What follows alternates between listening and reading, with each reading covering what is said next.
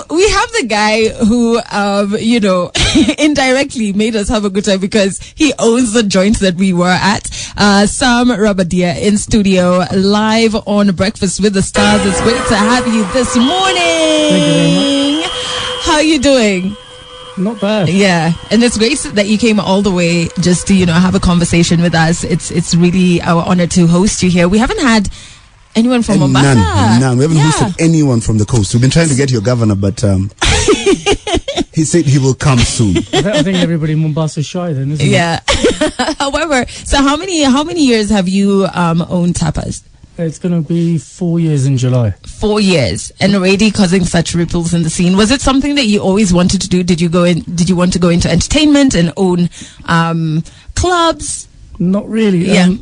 I came to Kenya because by profession I'm an architect. Yeah. So the first project that we were called on was English Point Marina. Mm-hmm. And the actual scheme was designed by a company called Broadway Malyon in the UK. Planning systems here, which are based in Nairobi, they took control in Mombasa for the actual project, start, finishing, etc. And then they wanted some architects from abroad who can control the finishing. Yeah. So I was hired by a company, Prime Aluminium, to assist them on the glass facade, etc. Yeah. Because the biggest problem you have here, buildings go up, but they don't know the last 10% is what people see. Yeah. So they end up doing a poor job on the facade or the exterior of a building. So that was the prime concern. And then coming on to Tapas, the thing is, every Thursdays we'll have a design team meeting. Yeah. It's either a construction meeting or an architectural meeting. Yeah. So what do you do on a Thursday night with 40, 50 people? Yeah. You want to go out? The whole team, yes. Yeah. So generally we all always go out. Yeah. And now in Mombasa, unfortunately, that particular time for 3 years, there was Bob's, Sheba and the Lounge. Yes. Yeah. That's it. And I think Ilkovo was probably one of those nights you'd go there because you're like, oh, God. let me have a long day. Yeah. Yeah. So that was the only thing available. And now when you're with engineers, architects, business professionals, they want to enjoy, have a good time in an ambience which might be a mature ambience. Mm-hmm. And unfortunately, in Mombasa, everywhere you go, they don't, not even group, let's say have a policy at the door. It's not to sort of be rude or anything like that, but you need to sort of screen your clientele. You can't have an audience which is anything from maybe call it 18 years up to 50 or 60 years old in one place. Yeah. Yes. It doesn't work. Because now what music will you even play at that point? And then the DJ is going to get annoyed. He's going to get requests from, from 18-year-old, 20-year-old, and then a 50-year-old. Yeah. It's confusing. To request soul. Yeah. From Barbie doll to give me your Bob Marley. Yeah. It's like, what do I do? Yeah. So then you decided to stay. So was the plan to stay in Kenya, or then you just said, you know what, we need a place to go out on Thursdays. Maybe I should just make a place. Everyone used to always complain about me. Yeah. The reason being is every time we go out, they'll be like, Sam, man, you always complain everywhere you go. And I'm like, well, I'm ordering what's on the menu. Yeah. I never asked them for something special. Yeah. So if it's that drink or that dish, just give me what's on your menu. Mm-hmm. And tendency in a lot of places is, sorry, we don't have that. Yeah. Sorry, we don't have that. Why is it and the it's menu? on the menu. Yes. And then you're like, all right, I'll try next week. Mm-hmm. Come back next week. No, sorry, the chef's not here. We don't have that one. Or the bar, they didn't stock up. Bloody hell, close your doors. What are you doing? It doesn't make sense. Okay. So then Tapas is born, and we were just saying as we were playing you guys the music that, so personally, I've always wanted to own a club. That's a young one's dream. That's a young people's dream. All the millennials want to be cool. It looks like fun. It looks club like owners are like, the guys who control the entertainment industry. And it looks like fun. It genuinely looks like fun. Don't judge a book by its cover. So, is it really fun? We'll get to that in the next 3 minutes. And what has he learned in his entrepreneurial journey of 4 years? Do stick around because I think there's a lot that you, Team Adele and Team Shafi, can learn from.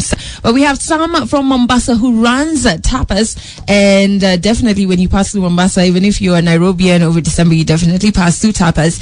And we want to know how it is running a club. All right, it is a business, and entrepreneurship, by the way, right now is very glamorized. Everybody's like, "Ooh, be your own boss. It's amazing." How was the first year of running Tapas for you? It's how do you call it? when you're opening a present, it's a surprise, yeah? Yeah. So you have no idea what to expect, and believe me, everything comes in. Mm-hmm. It's difficult. You just got to put your head down and you got to stick at it. Yeah. You're going to have obviously your highs and your lows, but in the entertainment business, if it's sort of bar, restaurant, it's long hours. So I used to do probably average of 18 hours a day. 18 hours? Yeah, and you probably even hit 20 a day.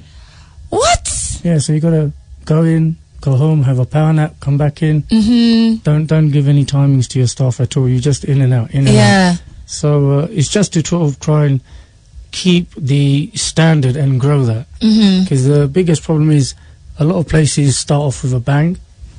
Well, most places do actually, because everybody wants to go and have a look. Yeah. And if you can't maintain it, it's just going to be a downhill slide. Yeah. It's because people talk about it for like 2 weeks, 1 month, and then it's you over. Don't hear about it. Yeah. But you were telling us that this whole thing, so you've gone from it being a dare to spending 18 hours. 18 to 20 hours. So opening Tapas was a dare. Yeah.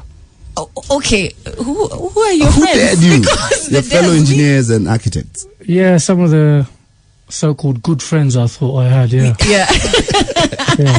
They wanted to see if you can handle it. Yeah, they probably just wanted to get me quiet for, once. Because he was complaining too much. Of all the other places. Every time they go out, he's complaining. So, you spent 18 hours at Tapas, but do you remember one point where something happened that you were just like, I want to close, I want to shut it down. Say this day, anyway. Too much. I've lost. I surrender. Okay. Do you remember at any point in the 4-year journey? You get a lot of them, but mostly it's to do with financing. Because whatever my estimate of doing Tapas at that particular time was roughly between 26 and 30 million. But we've hit about 55 million building Tapas. Okay. So okay. It's a little hole in the pocket. Yeah, that's not a little hole. That is a fat hole. That's not a little hole. Okay, and this is a side hustle. Yeah. This is not your main job. It's, yeah. Okay, so you were telling us how many, so your staff is made up of how many people? 68 staff full time. Okay, so there's security. Because in my head, every time on Saturday nights when I'm hosting Urban Africa, I say this all the time, that I want to have a club and just play African music. In my head, it just looks so nice and glamorous, and I'll have fun times, and there's music, a bit of You're not wine. alone. I have opened clubs in my head like a zillion times. But okay, so what do you have to think about? You have to think about security. No, let's start with money. Okay. Okay. You just don't open a club. You just don't have a dope name and you think you can own a club or run a club. So that's not the story. There's money ahead. Then what do we have to think about? Then there's more money. Yes. Okay. Yeah. After that, then you got to go down to the basics. So the way Tapas works is apart from the management team, so you've got your general manager, you've got 2 or 3 supervisors, then you've got your accountant, stock controllers, then you go down to security. Security, we have 10 or 11 full-time. Yeah. Cleaners, I think I have 10. Waiters, I have 18, I think. Then you've got your chefs, DJs, resident DJs, and you've got your guest DJs coming in. Maintenance guy. You'd need a maintenance guy. I'm telling you, things do go wrong. Yeah. Even from things break down. Yeah, even or clubs get run broken. 24/7. Yeah. Even when my aquarium leaked a year ago, I was like, my God.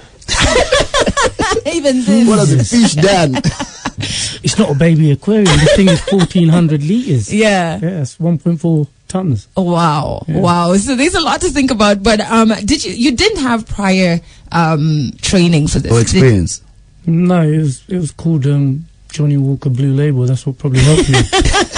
To get through it. That's all it was. But in uni, you'd done a few gigs. University side hustle is we did a lot of parties. Still got friends in the UK who've got these online businesses going on, club guides and stuff. Yeah.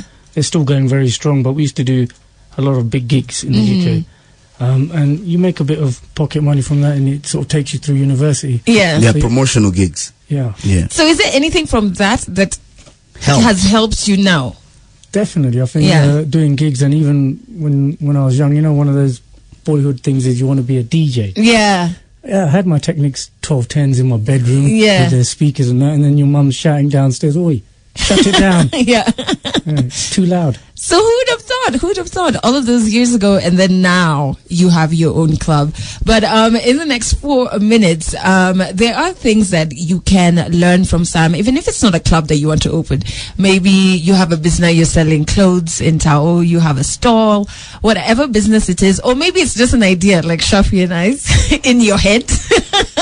Maybe there's something you can learn from him. Business is business. Yeah. And it means business. Yeah. And it needs a lot of money and time. That's right. But we will get to those challenges and lessons in the next. Who's listening? And she says, the number of clubs I have in my head, and I've even opened shoe wardrobes in my head. I see Beyonce ordering my shoes.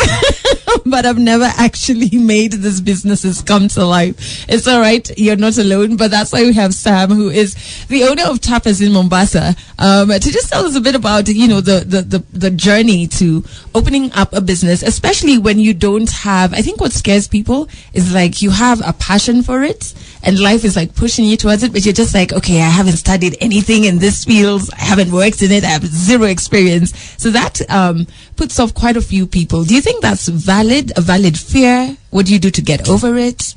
Again, it depends where your heart is set. And if you're going to do any business, execute it 100%. Because I would say my past history, which is studying architecture, working in that industry, people say you're probably anal, but we look at 100% detail.